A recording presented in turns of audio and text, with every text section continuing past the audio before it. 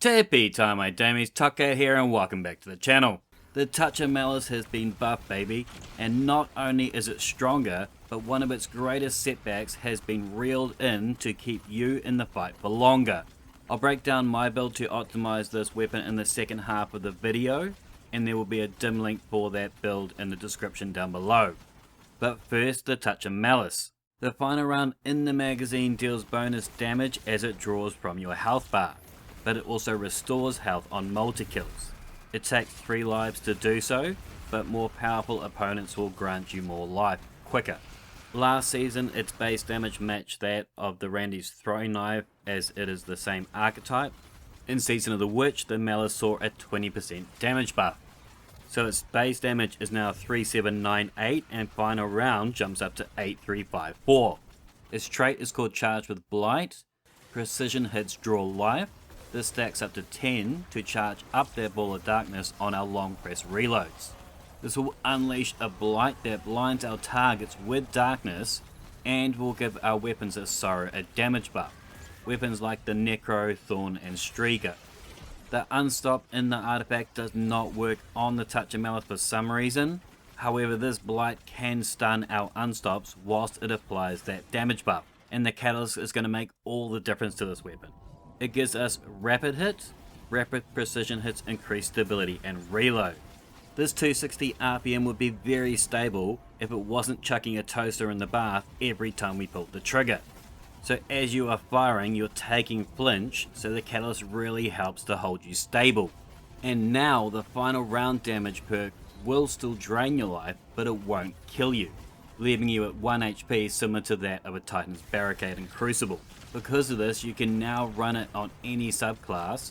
Warlocks will still be the best, both with damage and survivability.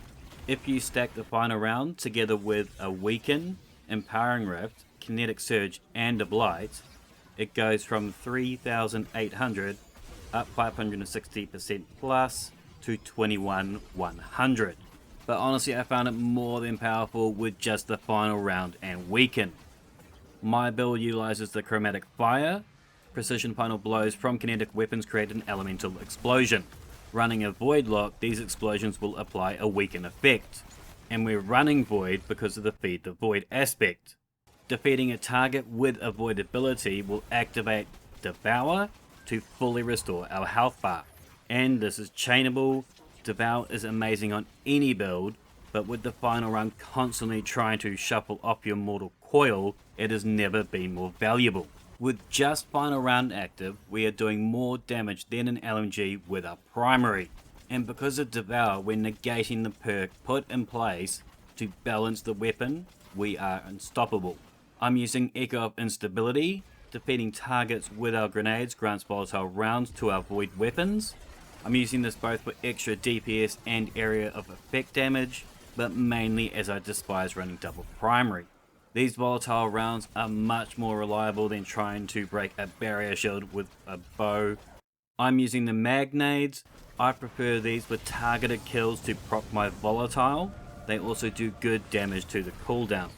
But with Devour constantly going, we have pretty high uptime on our grenades anyway, so use what you like. Echo of Starvation, picking up a Void Breach or an Orb of Power will grant us Devour. Why double stack a Devour perk, you ask? More health means more death. They're just a really easy way to get that Devour to extend. Echo of Persistent takes that a step further, extending our Devour timer from 10 seconds to 15 seconds. This just gives us a little bit of extra leeway, as we're not always blessed with the best map positioning due to our circumstances, and this will just give us that little bit of extra time to make that play and continue that kill chain. Healing Rift and Child of the Old Gods.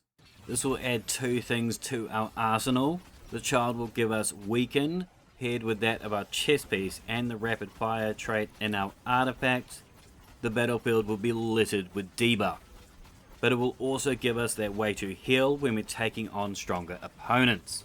Echo of Harvest is going to take full advantage of these 3 Weaken effects, as by defeating weakened targets we create Orbs of Power and a Void Breach. Those orbs are going to feed us that Devour, and Breaches is going to feed us Rift Energy, giving back our rifts in just 10 seconds. You should have a steady stream of orbs, and that will benefit both you and your allies alike. I've left a dim link of my build in the description down below. I hope I've convinced you to pick up and touch your Malice. This tool is extremely capable and suits both up close and personal and ranged attacks. My build utilizes 3 things done to the extreme: weaken, life and death. Make sure you thumb it if you liked it, sub if you're new, and until next time, tippy time my damies, what a tie.